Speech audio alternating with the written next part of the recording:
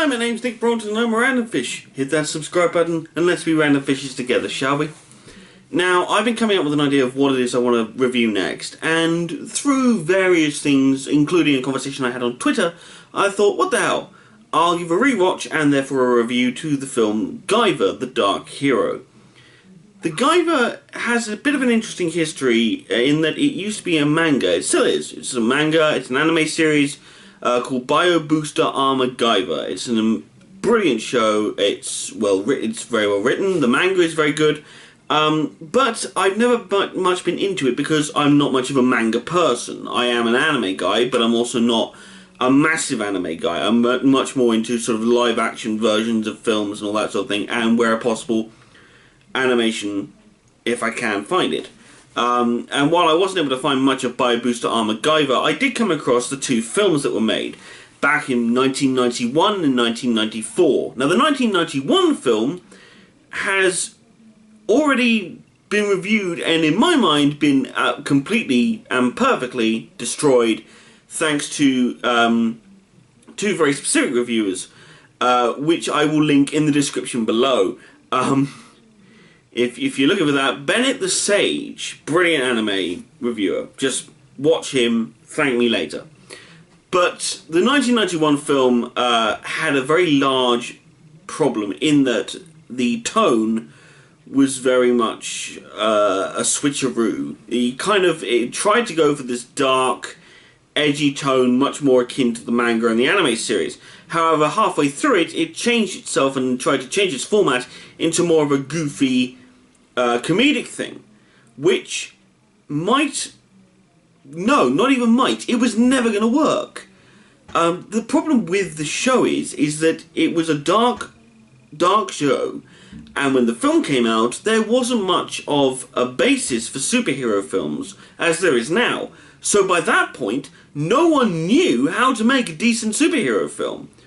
You know, arguably they hit their stride back at that point with blooming Batman and the Superman films, and even then only the first two Superman films, and even then, in argument, the first Batman film will maybe Batman Forever. But since then, not a drop, nothing good in terms of that, nothing decent in terms of superhero films until 2008 with Iron Man. So this film suffers very much from that era of not very well done superhero films.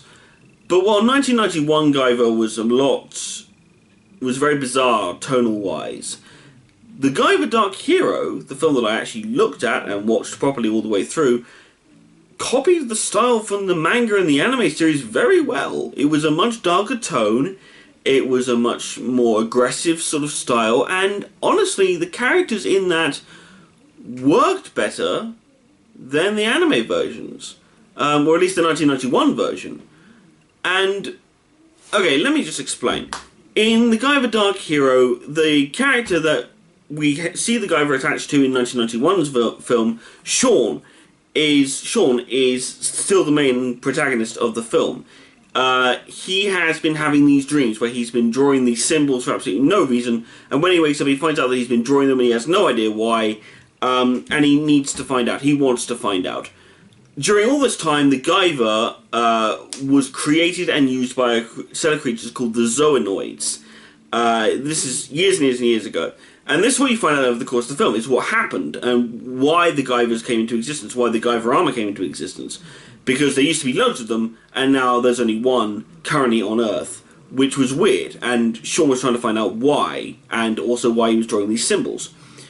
In the first film, you meet the Zoanoids under what's called the Kronos Corporation, led by the Zoalord, played by, and I'm quoting Bennett here, Evil Jim Carrey. It's either Bennett or Doug Walker. It's one of those two. I'm quoting them by saying Evil Jim Carrey. Pretty cool. But he led a company called the Kronos Corporation, and in the first film, he kills the Zoalord, spoilers, and destroys the corporation. Now, this is explained in the intro to the film, and that's kind of cool. That's kind of cool to do that. But it also shows that they're trying to show some sort of continuation, some sort of continuity from the first to the second film, even though the actors are all completely different. None of the actors, I repeat, none of the actors from the first film are in this one. Which is kind of a blessing, because I get the feeling that many of these actors were trying their hardest, but they suffered either from ridiculous-itis or blanditis. One of those. And while it may be funny to watch, it doesn't exactly lend its way to a massive franchise, is what I'm hoping they were trying to go for. So, of course, they recast everything, including the main character. So, in the first film, he looks a little bit like a rip-off of Mark Hamill. In this one, he looks like a bit of a rip-off of Christian Slater. I don't know if that's better or worse. Ladies, help me out here. But anyway, in the film, he's trying to find out what these symbols mean. He's also trying to find out a bunch of things about why the Guyver, the armor, despite him destroying the Kronos Corporation, hence why I referenced it, why it still compels him to fight, and why it still compels him to try and to kill people. Which, again, something you see in the opening, a bunch of drug lords are attempting to smuggle stuff. He turns up, kills them all. A lot of blood in this one. A lot darker. Very cool. And throughout the film, you get to discover all these various things that have happened, and these various things that are wrong with this, with the Guyver, and what happened with the Guyver, and everything else. And it's a brilliant story, which I will not ruin. But I will say this, it is very cool to see that sort of thing happen. And it's very cool to see other things that happen in this film that you didn't see in the first one. Well, in the first one, also while suffering from a complete lack of tone stability, it wasn't exactly...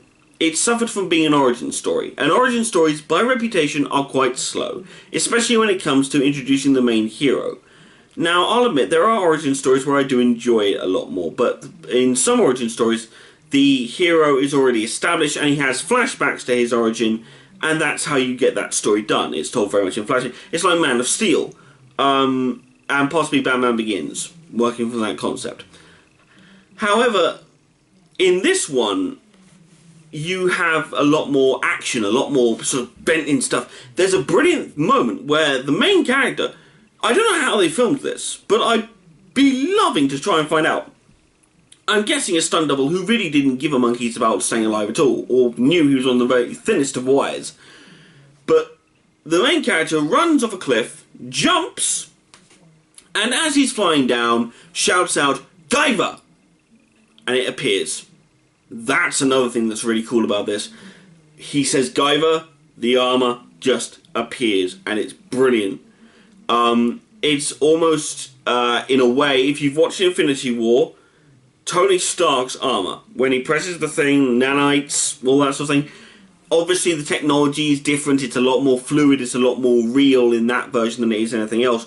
But at that time period, for that time period, that was well done. And, ooh, nice.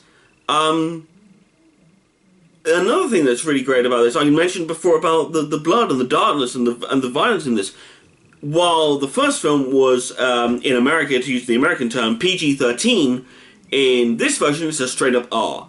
There is a lot of blood, there is a lot of violence, there's a lot of fighting, and it's so well used. It's not used over the top in any way. It's not... There's no swearing for the sake of swearing in this film, although I couldn't understand what the fuck they're talking about. I mean, I don't fucking swear relentlessly, not a fucking chance. Shut the fuck up. For that, I'm gonna have to say, don't watch this video if you don't like swearing. That's weird to me. But no, there's no gratuitousness for the R rating. It is very much what's in the film is R rating for that very reason. There is a brilliant bit in the opening fight when he fights the drug lords. There is the last guy, and he says to him, don't kill me, please. And the Guyver sort of retracts his arm as he's holding him there in place. And he's got a blade that comes out of his arm, and he slices him across the throat with it, and you see it. And you know it's fake blood, but you still feel it, and it's, oh, yeah. Oh, that's creepy. There's a bit where you first see him transform into the Guyver, and he takes on a Zoanoid, who's running loose in the woods. And it's this brilliant, and you know, it's all brilliant bits, and they're all just fighting, and the fighting choreography in this is better. It's better than 1991. In 1991's The Guyver, in the first film, it looks like a really bad Power Rangers setup.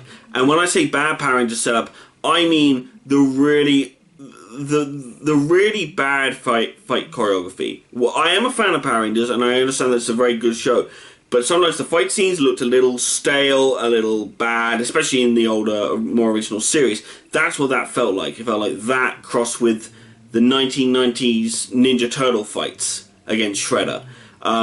It looked cool for a while, but it looked a little it was a little samey and a little pathetic. But in this one, oh, the movement's so restricted. Don't get me wrong, the movement is restricted as fuck. It's not great for fight scenes, but they work so well with it. There's a lot of jumping, there's a lot of throwing, there's a lot of this, a lot of that.